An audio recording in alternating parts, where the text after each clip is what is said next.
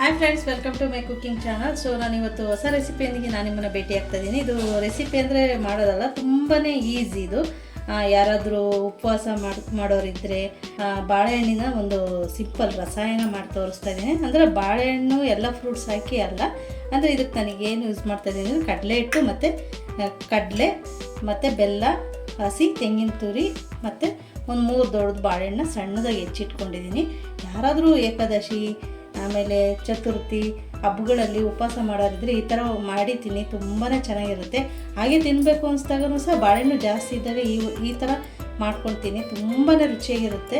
Okay friends, ಇದು ಮಾಡೋದು ಹೇಗೆ ಅಂದರೆ ತುಂಬಾ ಸಿಂಪಲ್ಲು. ನೋಡಿ, ಇಲ್ಲಿ ನಾನು ಒಂದು ಬೌಲು ಹುರಿಗಡಲೆ ತೊಗೊಂಡಿದ್ದೀನಿ. ಸ್ವೀಟಿಗೆ ಅನುಗುಣವಾಗಿ ನೀವು ಬೆಲ್ಲನ ತೊಗೊಳ್ಳಿ, ಬೆಲ್ಲ ಸಕ್ಕರೆ ಯಾವುದಾದ್ರೂ ಆಯಿತು. ನಾನಿಲ್ಲೊಂದು ಅರ್ಧ ಬಟ್ಲು ಸಕ್ಕರೆ ತೊಗೊಂಡಿದ್ದೀನಿ.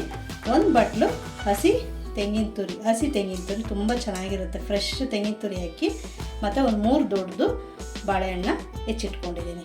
ಓಕೆ ಫ್ರೆಂಡ್ಸ್, ಇವಾಗ ಏನು ಮಾಡೋಣ ಅಂದರೆ ನೋಡಿ, ಹುರಿಗಡಲೆ, ಈ ಬೆಲ್ಲ ಬೇಕಾದರೆ ನೀವು ಇದಕ್ಕೊಂದೆರಡು ಏಲಕ್ಕಿನ ಹಾಕ್ಕೊಂಡು ರುಬ್ಕೊಳ್ಳಿ, ಚೆನ್ನಾಗಿರುತ್ತೆ. ಸೊ ನಾನು ಏಲಕ್ಕಿ ಹಾಕ್ತಾ ಇಲ್ಲ, ಹಾಗೆಯೇ ಇದನ್ನು ಪುಡಿ ಮಾಡ್ಕೊಂಡು ಬರ್ತೀನಿ. ತುಂಬಾ ಈಸಿ ಇದು. ಈ ಥರ ನೈಸಾಗಿ ಪೌಡರ್ ಮಾಡ್ಕೊಂಬಂದೆ ಬೆಲ್ಲ ಮತ್ತು ಕಡಲೆನ. ಸೊ ಇದನ್ನೆಲ್ಲ ಒಂದು ಮಿಕ್ಸಿಂಗ್ ಬೌಲಿಗೆ ಹಾಕಿ ಮಿಕ್ಸ್ ಮಾಡೋಣ. ಮಿಕ್ಸ್ ಮಾಡಿದರೆ ಆಯಿತು, ತುಂಬಾ ಈಸಿ. ಏನಾದರೂ ಈ ಥರ ಹಶುವಾದಾಗ ಈ ಥರ ಮಾಡ್ಕೊತೀನಿ, ತುಂಬಾ ರುಚಿಯಾಗಿರುತ್ತೆ ಮತ್ತು ಬೇಗನೂ ಆಗುತ್ತೆ. ಓಕೆ ಫ್ರೆಂಡ್ಸ್, ಈಗ ರುಬ್ಬಿದ್ದಕ್ಕೆ ನಾನೀಗ ಹಸಿ ತೆಂಗಿನಕಾಯಿ ತೊಗೊಂಡಿದ್ದೆ ಅಲ್ವಾ, ತೆಂಗಿನ ತುರಿನ, ಸೊ ಅದನ್ನು ಹಾಕ್ತಾಯಿದ್ದೀನಿ. ಮತ್ತು ಬಾಳೆಹಣ್ಣು, ಬೇರೆ ಫ್ರೂಟ್ಸ್ಗಳು ಸಹ ಹಾಕ್ಬೋದು, ತುಂಬ ಚೆನ್ನಾಗಿರುತ್ತೆ. ಆ್ಯಪಲ್ ಆಮೇಲೆ ದಾಳಿಂಬೆ ಈ ಥರ ಎಲ್ಲ ಹಾಕ್ಬೋದು. ನೋಡಿ, ಇಷ್ಟೇ ಫ್ರೆಂಡ್ಸ್, ತುಂಬಾ ಈಸಿ, ತುಂಬಾ ರುಚಿಯಾಗಿರುತ್ತೆ.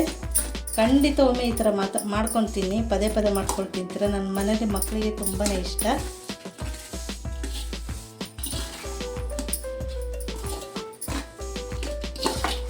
ಇಷ್ಟೇ ಫ್ರೆಂಡ್ಸ್, ನೋಡಿ. ಓಕೆ, ಇದನ್ನು ಸರ್ವ್ ಮಾಡ್ತೀನಿ ಬೌಲಿಗೆ.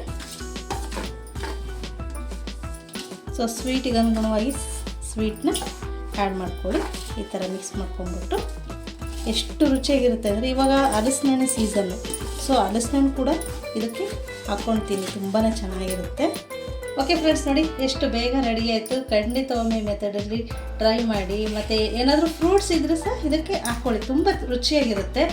ಏನಾದರೂ ಬೇಗ ಐಶ್ವರ್ಯದಾಗ ಏನಾದ್ರು ತಿನ್ನಬೇಕು ಅನ್ನಿಸ್ದಾಗಲೂ ಸಹ ಈ ಥರ ಮಾಡ್ಕೊತೀನಿ. ಉಪವಾಸ ಮಾಡೋರು ಸಹ ಈ ಥರ ಮಾಡ್ಕೊಂಡು ತಿನ್ಬೋದು, ತುಂಬಾ ರುಚಿಯಾಗಿರುತ್ತೆ. ಈ ಕಡಲೆ ಹಿಟ್ಟು ಬಾಳೆಹಣ್ಣಿನ ಒಂದು ರಸಾಯನ ಮತ್ತು ಹಣ್ಣುಗಳನ್ನೆಲ್ಲ ಹಾಕ್ಬಿಡಿ, ಇನ್ನೂ ರುಚಿಯಾಗಿರುತ್ತೆ. ಓಕೆ ಫ್ರೆಂಡ್ಸ್, ಇದನ್ನೊಮ್ಮೆ ಮಾಡಿದ್ದೀನಿ, ಹೇಗೆ ಬಂತು ಅಂತ ನನಗೆ ಹೇಳಿ. ಮತ್ತು ಯಾರೆಲ್ಲ ನಮ್ಮ ಚಾನಲ್ ನೋಡ್ತಾ ಇದ್ದೀರಾ, ಪ್ಲೀಸ್ ಸಬ್ಸ್ಕ್ರೈಬ್ ಮಾಡಿ ಮತ್ತು ಸಪೋರ್ಟ್ ಮಾಡಿ. ಮತ್ತು ನೆಕ್ಸ್ಟ್ ರೆಸಿಪಿಗೆ ನಾನು ನಿಮ್ಮನ್ನು ಭೇಟಿ ಆಗ್ತೀನಿ. ಅಲ್ಲಿವರೆಗೂ ಬಾಯ್.